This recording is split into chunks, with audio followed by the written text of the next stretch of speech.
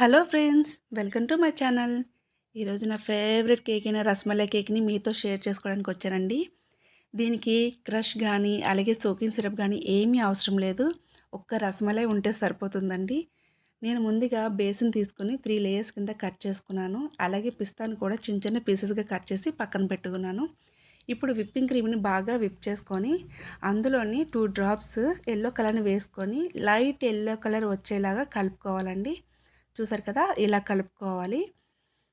దీన్ని కలుపుకున్న తర్వాత కొంచెం సేపు ఫ్రిడ్జ్లో పెట్టుకోవాలండి, లేదంటే తొందరగా మెల్ట్ అయిపోతుంది. ఇప్పుడు ముందుగా ఒక లేయర్ని తీసుకొని, నేను చెప్పాను కదండి సోకింగ్ సిరప్ అవసరం లేదని, దానికి బదులుగా మనం ఈ రస్మలైలో ఉండే జ్యూస్ని వాడుకోవచ్చు. ఇలా సోకింగ్ చేసుకోవాలి. తర్వాత విప్పింగ్ క్రీమ్ని అప్లై చేసుకోవాలండి.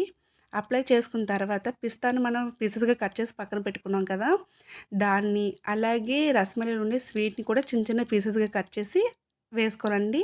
చాలా బాగుంటుంది.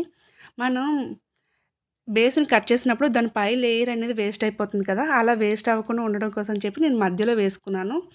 ఇది చివర్లో వేసుకుంటే బాగుండదండి చూడటానికి, అందుకని నేను ఇది మధ్యలో వేసుకున్నాను. సేమ్ ప్రాసెస్ అండి.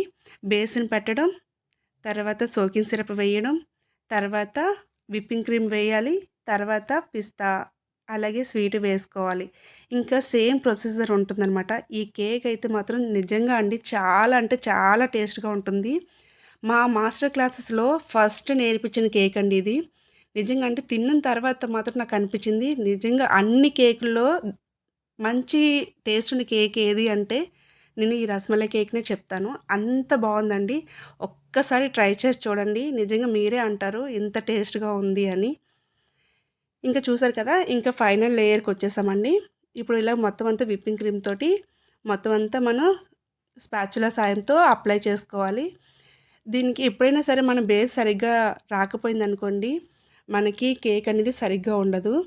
అలాగే మన షేప్ బాగా రావాలంటే మనం స్క్రాపర్ని ఖచ్చితంగా యూజ్ చేయాలండి. ఇలా స్క్రాపర్ని యూజ్ చేస్తున్నప్పుడే మనకి దాని షేప్ అనేది బాగా వస్తుంది. తర్వాత నేను N1 నోజిల్ని యూజ్ చేసి ఇలా ఫ్లవర్స్ లాగా వేసుకున్నానండి. కొన్ని ఫ్లవర్స్ లాగా వేసుకొని తర్వాత చిన్న చిన్న స్టార్స్గా కింద కూడా ఇలా వేసుకున్నాను. చూసారు కావాలంటే మీరు వేరే డిజైన్స్ కూడా వేసుకోవచ్చు. నేను ఈ డిజైన్ని చేసుకుంటున్నాను, మీరు కావాలంటే వేరేది చేసుకోవచ్చు. చూసారు కదా, చిన్న చిన్న స్టార్స్ కూడా పెట్టుకున్నాము ఇలాగా.